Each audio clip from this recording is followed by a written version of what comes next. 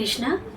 હું નિશા નાયક પગલી અમદાવાદથી સાહિત્ય જગત ગ્રુપ અંતર્ગત સ્પર્ધા નંબર 50માં આજે હું એક પાત્ર અભિનય કરવા જઈ રહી છું અને આજનો મારો વિષય છે એક બહેનનો તેના ભાઈને ઠપકો.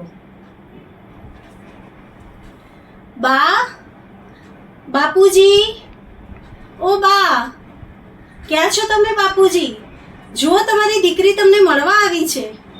બા, ઓ બા.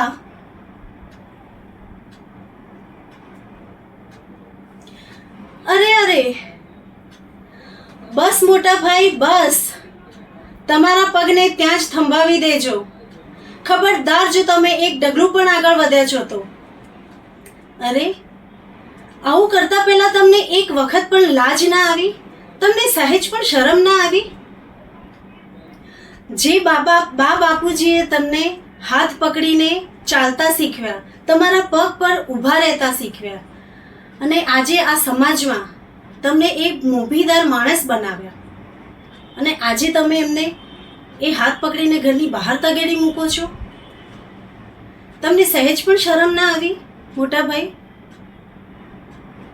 એક વાત યાદ રાખજો મોટા ભાઈ, આજે જે વર્તન અને વ્યવહાર તમે આ બા બાપુજી સાથે કરી રહ્યા છો ને, આવતીકાલે એ જ વર્તન વ્યવહાર તમારા બાળકો છે ને એ તમારી સાથે કરશે. મારા આ શબ્દો યાદ રાખજો મોટા ભાઈ. જેવું કરશો તેવું જ પામશો. શું કહું તમને મોટા ભાઈ, નાના મોઢે મોટી વાત. પણ આજે જે જગ્યાએ બા બાપુજી ઊભા છે ને, સમજી લેજો કાલે એ જ જગ્યાએ તમે ઊભા હશો. આજે જે આજ આ બા બાપુજીની છે ને, આવતીકાલે એ જ આજ તમારી હશે. એવું ન થાય કે આજે તમે બા બાપુજીનો હાથ પકડીને તેમને ઘરની બહાર કાઢી મૂક્યા છે ને, આવતીકાલે તમારા દીકરા પણ તમારી સાથે એ જ કરશે. જે પણ કરો સમજી વિચારીને કરજો. બા બાપુજી, ચાલો મારી સાથે મારા ઘરે. મારામાં હજી તમારા આપેલા સંસ્કાર જીવે છે. આ દ્રશ્ય જોયા પછી હું એક ક્ષણ પર પણ તમને અહીં નહીં રહેવા દઉં. મારે મિલકતમાં ભાગ નથી જોઈતો. બસ મને તમારી સેવાનું સૌભાગ્ય મળશે એ જ મારા માટે મોટી મિલકત છે.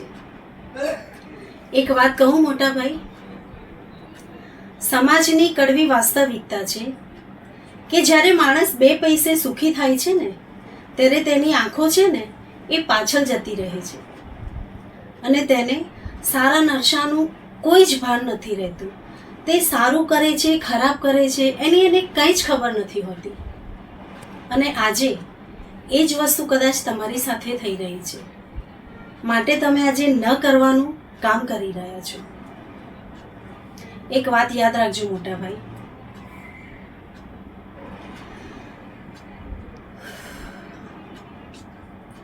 કહેતા કહેતા મારું મન એટલું ભરાઈ આવ્યું છે મોટા ભાઈ કે હું નાની થઈને તમને આવી સલાહ આપું છું, શિખામણ આપું છું.